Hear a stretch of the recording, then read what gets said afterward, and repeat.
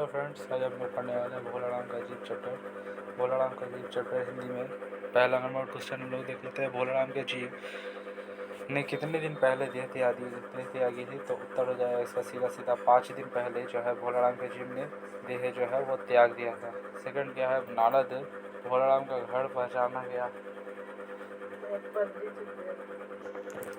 नारद भोलाराम का घर पहचाना गया। किसके द्वारा घर पहचाना गया? तो माँ बेटे के समृद्ध क्रंदन को सुनकर ही उनका जो घर है वो पहचाना आसानी से चला गया। नेक्स्ट क्वेश्चन क्या आ जाता है? नेक्स्ट क्वेश्चन आता है, धर्मराज के अनुसार नर्क में इमारतें बनाकर रहने वाले में कौन शामिल है? तो उत्तर हो जाएगा इसका ठेकेदार है, इंजीनियर है और ओवरसियर। यह सभी जो है वो महल में बनाकर रहने वाले हैं। नेक्स्ट क्वेश्चन है, बड़े साहब ने नारद को भोलाराम के दरख्वास्तों पर वजन रखने की सलाह दी। यहाँ वजन का अर्थ क्या होता है? तो यहाँ वजन का अर्थ यही होता है रिश्वत, यानी कि मुनाफाखोरी, जो कि ज़्यादातर सरकारी दफ्तरों में हमें देखने को मिलती है। सेकंड नंबर पेज में हम लोग आ जाते हैं। तो भोलाराम का घर किस शहर में था? भोलाराम का घर कहाँ पे था? तो भोलाराम का घर था वो जबलपुर में था। कहाँ पे था? भोलाराम का घर जबलपुर में था।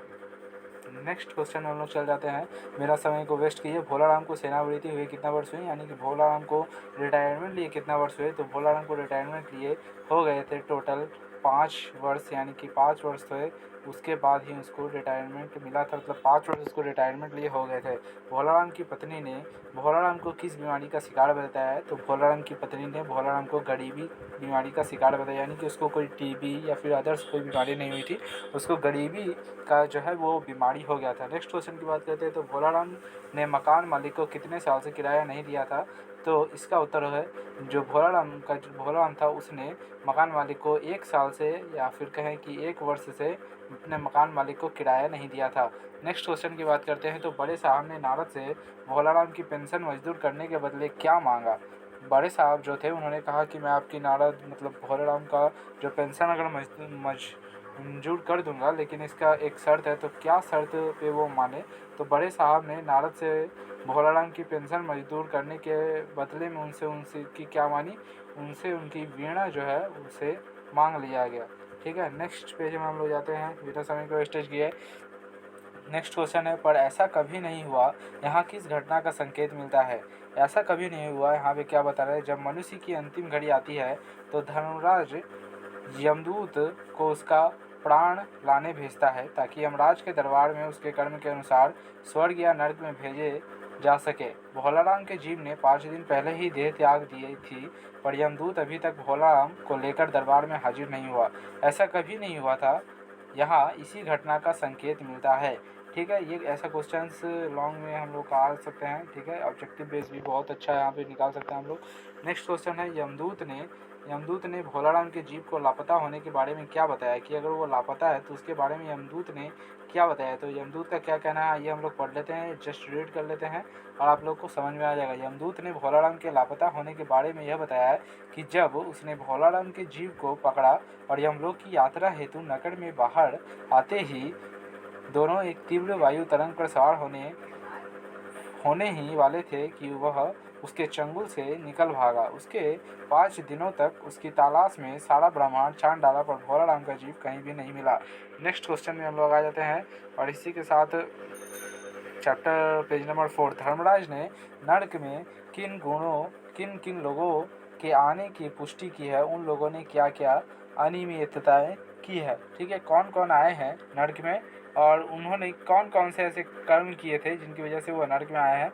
तो ये हम लोग देख लेते हैं। पहले लिखा गया है कि धर्मराज ने नर्क में अनेक बड़े बड़े इंजीनियरों और ठेकेदारों और ओवरसियर के आने की पुष्टि की है।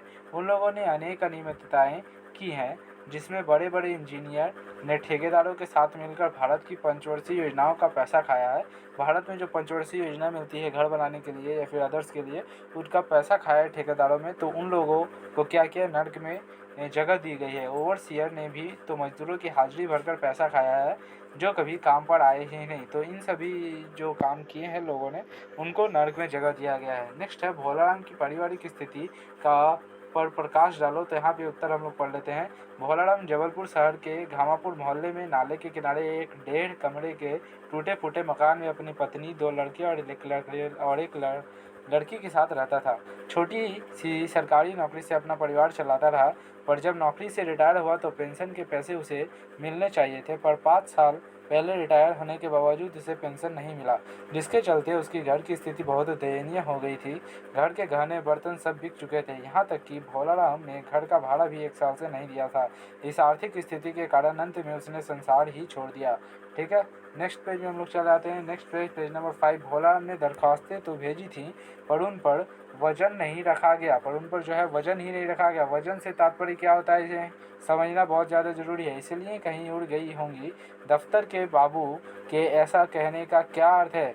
भोलाराम ने दरख्वास्त तो भेजी थी, पर उन पर वजन नहीं रखा था, इसलिए कहीं उड़ गई। ऐसा कहने से दफ्तर के बाबू का आशय यह है कि भोलाराम ने पेंशन मजबूर करवाने के लिए सरकारी कर्मचारियों को देने के लिए दरखास्तों के साथ पैसे नहीं रखवाए थे। भोलाराम को रिश्वत देनी चाहिए थी। आज के इस ज़माने में बिना घूस दिए कोई काम नहीं होता, इसलिए भोलाराम का काम नहीं बना और उसकी अर्जी फाइल में दबे किसी कोने में पड़ी रही और जो है भोलाराम और ऐसे ही करते हुए वो मर गया। चपरासी ने नारद को क्या सलाह दिया? नेक्स्ट क्वेश्चन में बताते हैं।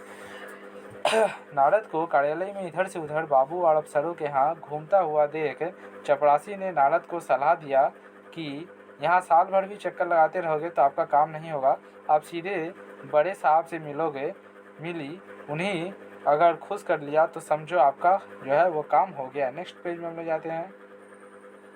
बिना आपका समय वेस्टेज किए मैं चैनल पे आपको मिलने वाला है झट एकदम क्वेश्चंस की भरमार।